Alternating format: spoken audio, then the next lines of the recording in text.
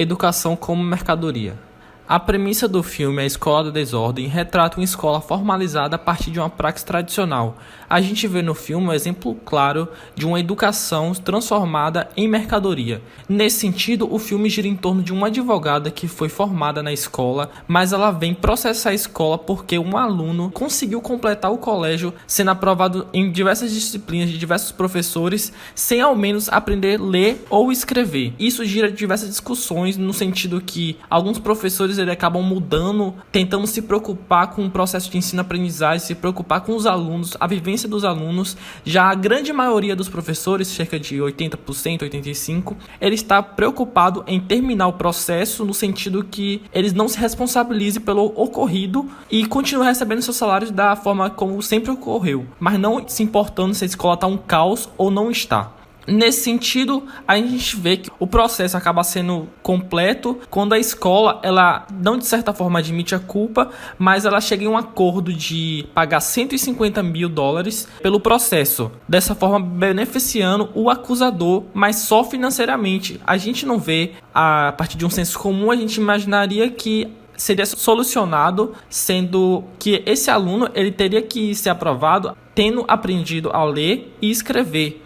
Mas, na verdade, o interesse do processo era só financeiro, então o dinheiro basta. Então, a gente vê uma importância muito da relação do capitalismo dentro do processo educacional. Não existe o interesse em aprender a ler ou escrever na formação dos alunos, quantos são aprovados ou não são aprovados. O processo ocorre de forma a se importar com o lucro. Nesse sentido, a gente vê também uma importante relação e comparação com a empresa. Que, por exemplo, o abandono escolar, a falta de aprendizagem são consideradas apenas variáveis e irrefutáveis dentro de um sistema político-econômico que normaliza o modelo educacional regente. Ou seja, existe um interesse apenas em manter aquela empresa funcionando, no sentido que tem alguns aprovados, tem alguns reprovados, mas a gente tem que manter o que a normalidade do sistema exige. Não existe o interesse em se ele está aprendendo a ler ou escrever, existe o interesse de formar uma pequena parcela daqueles alunos no sentido de mirar eles por mercado de trabalho e não de forma a formar um cidadão crítico para a sociedade. Então a gente vê muito a semelhança da instituição escola com a instituição prioritariamente financeira. Nesse sentido, a gente vê, por exemplo, que quando um professor ele quer mudar o sistema, ele quer se preocupar com o aluno, se responsabilizar pelo processo de ensino-aprendizagem, isso se torna um problema para aquela normalidade daquela instituição, no sentido que logo que o professor principal ele quer mudar e quer que a escola mude, os professores maioritários, eles tentam fazer que aquele professor se demita, no sentido de tirar aquela variante. Ou seja, quando a gente está por exemplo, a gente está numa empresa, uma empresa grande, multinacional, que tem aquele funcionário rebelde, que procura fazer greve, procura seus direitos, ali ele está se tornando um problema para aquela normalidade e logo ele vai ter uma demissão, seja por justa causa ou não. Então a gente vê muito essa comparação com a instituição financeira e a formação para o mercado de trabalho. A gente vê isso, por exemplo, quando o professor pergunta aos alunos qual a importância da escola para a vida deles e logo um aluno responde que simplesmente é a formação naquela instituição para logo eles irem ao mercado de trabalho. Levando para um contexto histórico-cultural, a gente vê que o filme ele foi feito em 1984. Esse período é o período que o neoliberalismo estava muito forte no mundo, sendo o Reagan nos Estados Unidos e a Margaret Thatcher na Inglaterra. Então o neoliberalismo entrou em todo o mundo e isso influencia diretamente na escola. Quando a política ela tem uma certa corrente ideológica, isso influencia diretamente naquela instituição escolar, seja nas formas de formalizar os professores e tanto os alunos. Então, nesse sentido, a prioridade era a importância da educação funcional apenas para o trabalho e distanciar uma formação crítica e ciente da sua realidade em relação aos alunos. Então, o importante é uma formação suficiente para o mercado de trabalho, mas não uma formação cultural, uma formação ideológica no sentido de pensar a realidade vivida. Então, a partir dessa realidade, a gente vai ver uma prioridade do ensino tecnicista, que é um ensino onde a educação é suficiente apenas para o mercado de trabalho. Então, a gente pode destacar autores que falam sobre esse tema, que é muito interessante, é Selma Garrido Pimenta e José Leonardo Rolim de Lima Severo.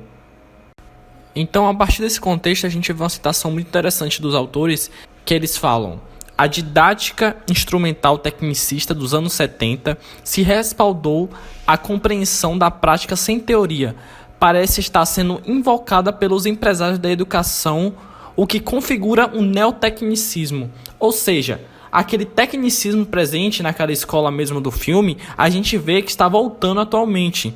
Então, nesse sentido, a gente vê por que isso ocorre.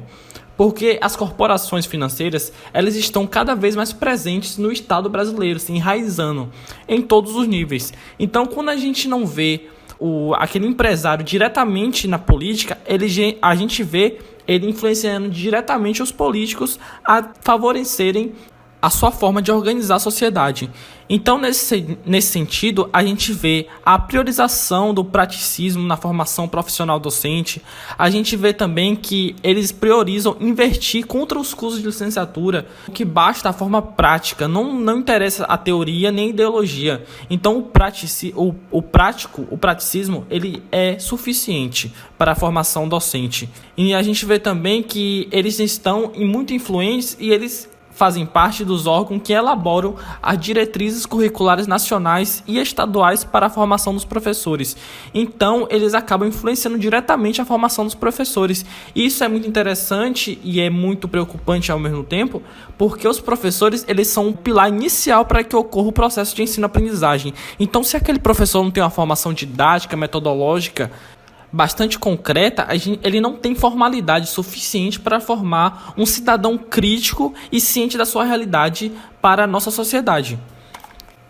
A gente vê também que esse interesse na formação prática, na formação básica desses professores, é uma visão barata de formação docente, com o pilar da estratégia de rentabilização da oferta de cursos de licenciatura no Brasil. Então a gente vê, por exemplo, que tem uma prioridade que está crescendo atualmente, que é a educação à distância, que é uma educação básica, uma educação rala, que não tem, por exemplo, na formação do professor de geografia, não tem uma formação prática no sentido de uma aula de campo, de ver o contexto social, de fazer correlações entre ciências e entre estudo, você relacionar, por exemplo, a natureza com a sociedade, isso acaba se separando e esse é a prioridade dessa forma de ensino, é separar o mais possível o produto de estudo daquela ciência determinada. Então não existe um interesse em você reestruturar o objeto de estudo, ressignificar para você fazer um processo de ensino-aprendizagem facilitando que os alunos aprendam a partir da assimilação. Não existe uma importância para você relacionar e entender a importância sociocultural que aquele aluno carrega a partir da sua carga cultural pré-estabelecida e da sua influência sobre o mesmo. Ou seja, a influência sociocultural que o professor tem sobre o aluno. Isso é desvalorizado. A minha contribuição no presente filme é apresentar que esse filme ele tem uma abordagem de uma contextualização na realidade contemporânea dos anos 80, um filme que é carregado de uma temática sociocultural. Percebe-se vários tipos de realidades comportamentais, tanto de alunos como funcionários da escola JFK. A rotina do corpo docente, ela traz algo assim um pouco sistematizada no que se refere à didática. Podemos extrair com muita propriedade um legado deixado pelo professor Alex Jurel,